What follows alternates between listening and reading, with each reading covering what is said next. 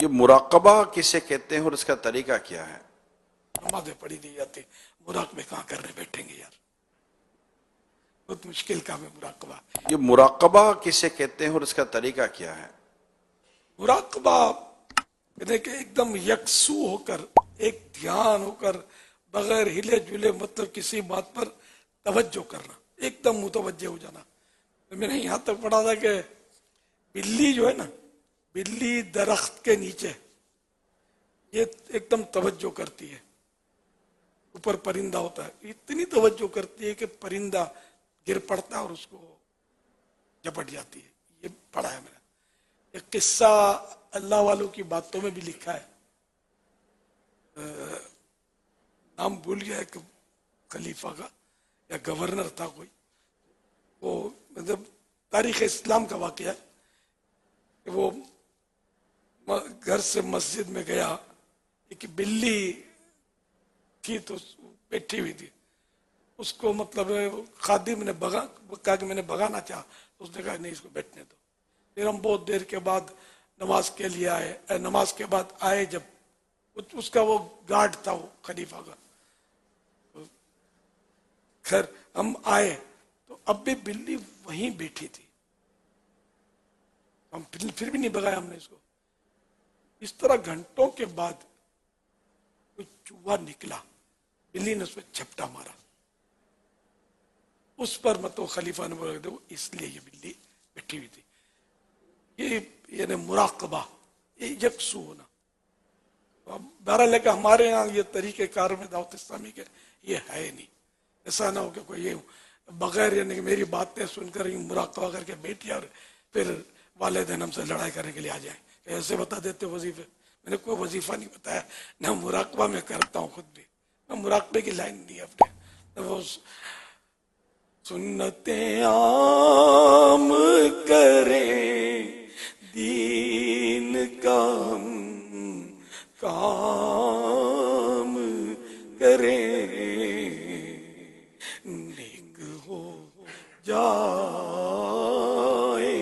مسلمان مدینے والے۔ یہ جو فرض نمازیں ہم یہ پڑھ لیں تو یار بیڑا ہی پار ہے، یہاں تو نمازیں پڑھی نہیں جاتی، مراقبے کہاں کرنے بیٹھیں گے یار، بہت مشکل کام ہے مراقبہ۔ ادھر خارش ہوگی نماز میں کیا، ادھر کھو جاتے ہیں ادھر کھو جاتے ہیں، مراقبے میں کہیں نہیں کر سکتے ہیں، آسان نہیں ہے۔ اور یہ آپ کرنا بھی نہیں، بعض جگہ مراقبے کروائے بھی جاتے ہوتے ہیں، مطلب لکھا ہوتا ہے، کبھی بھول کرنا بھی نہیں ہے جانے کی۔ میں آپ سے ہاتھ جوڑ کر کہیں ایسا نہ ہو کہ مراقبہ تو جا کے سیکھ لو اور ایمان دیتے آؤ، بہت حالات نازک ہیں، بہت حالات نازک ہیں، میں سب کھل کے بتا نہیں سکتا آپ کو، دور بہت نازک ہے۔ وہ جو مراقبہ کرنے والے اولیاء کرام 6 وقت وہ مزاروں میں کہیں ہوں گے، مطلب انکار نہیں ہے اس کا کہ بالکل دنیا خالی ہو، لیکن حالات بہت خراب ہے۔ العاقل تکفیہ الاشارۃ، عقل مند کے لیے اشارہ کافی ہے۔ امیر اہل سنت کی بارگاہ میں سوال یہ عرض تھا کہ آج ایک عجیب واقعہ پیش آیا کہ میرے روم میں ایک بندہ جو ہے وہ مانگنے کے لیے آیا، اور میں نے اس کو ڈرانے کے لیے موبائل سے جو ہے وہ پولیس یعنی کہ شرطے کا نمبر ڈائل کرنا چاہا، تو وہ بندے نے دیکھا کہ موبائل اٹھایا گیا تو وہ یہاں سے بھاگ گیا، اور بھاگتے ہوئے وہ اپنی جوتیاں جو ہے وہ ہمارے روم کے باہر چھوڑ گیا۔ اب یہ عرض کرنی تھی کہ ان جوتیوں کا کیا کیا جائے؟ میرے لیے، میرے والدین کے لیے بے حساب بخشش و مغفرت کی دعا فرمائیے گا۔ اللہ اللہ نے جوتے چھوڑ کے بھاگ گیا، یہ بہت مایوب ہے ویسے جوتے چھوڑ کے بھاگنا۔ یہ لگتا ہے کہ کوئی پاکستان کے باہر کا ہو، کیونکہ وہ یہاں تو ڈرتے نہیں ہیں شرطوں سے، نہ شرطہ بولتے ہیں، شرطہ تو عربی میں بولتے ہیں نا شرطی، تو اور وہاں پابندی سخت ہے۔ ہمارے یہاں ہے پابندی، ہمارے یہاں بھی ہے، لیکن یہاں بہت کچھ چل رہا ہوتا ہے۔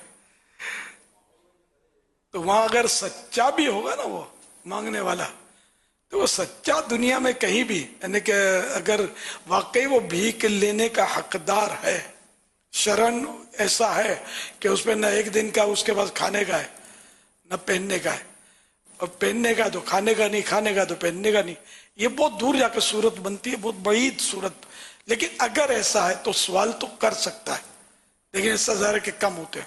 مگر باہر ملکوں میں تو ظاہر ہے کہ وہ ایسا کوئی گنجائش نہیں مانگنے کی. وہ پھر اس کی وہ صورت بتاتے ہوں گے کہ قانونی طور پر وہاں رجوع کرے ان کے پاس کہ میرے پاس نہیں ہے کچھ بھی. واللہ عالم کوئی ایسی صورت ہوتی ہوگی. تو یہ کہ اب جوتے چھوڑ گئے، اب وہاں تو جوتے چوری بھی نہیں ہوتے اتنے.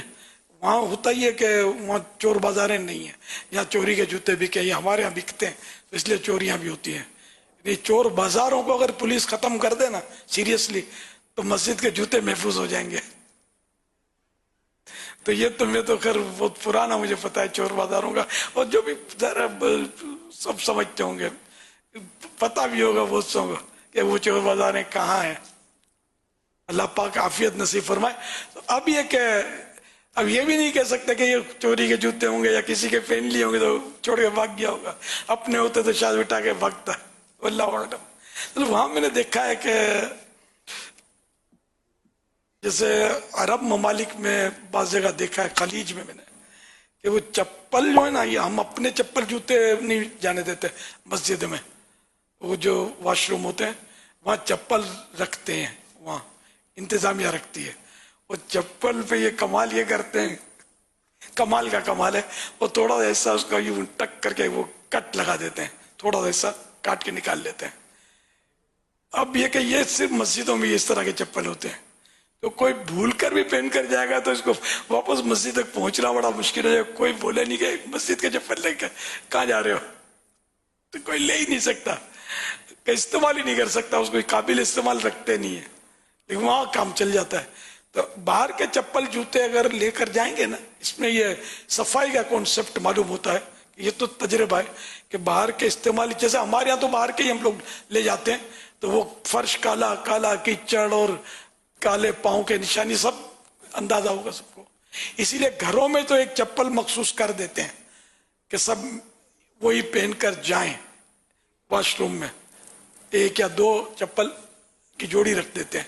تو یہ اسی لیے کہ وہ صفائی رہے، ورنہ استعمالی میں صفائی نہیں رہے گی، فرش خراب ہوگا. مسجدوں میں یہ انتظام نہیں ہوتا ہمارے یہاں، تو وہ بہرحال انتظام ہے تو آئیڈیل. لیکن یہ کہ اب ہمارا چونکہ عرف نہیں ہے، اس لیے مسجد کے چندے میں سے اس طرح کا کہ آپ بولو ہم چپل خرید لیں اور یہ کٹ لگا کے رکھ دیں، تو یہ ہماری قوم یہ بھی اٹھا جائے گی، یہ بھی خیال رکھنا. اور مسجد میں تو رکھ بھی نہیں سکتے، یہ مسجد میں مسجد کے چندے سے ہی نہیں رکھ سکتے، الگ سے چندہ کر لیا جائے. لیکن امکان یہ کہ یہ بھی اٹھا جائیں گے، وہ چلو اپنے گھر میں رکھنے کے لیے کام آ جائے گا، واش روم میں یوں کر کے اٹھا لیں گے، کوئی بھروسہ نہیں ہے. یعنی اتنے عجیب لوگ ہوتے ہیں کہ مجھے تو پتا ہے نا کہ ہماری جیسے بچپن کی بات کر رہا ہوں، لکڑی کی سیڑھی تھی، پرانا سا مکان تھا، تو اس میں ہم بلب لگاتے تھے تو بلب چوری ہوتا تھا. تو پھر پتا چلا بھائی بلب کا کوئی پنجرا بھی آتا ہے. پنجرا آپ لوگوں نے دیکھا بھی نہیں ہوگا، دیکھا ہے وہ پنجرا آتا ہے. جی وہ بند ہو.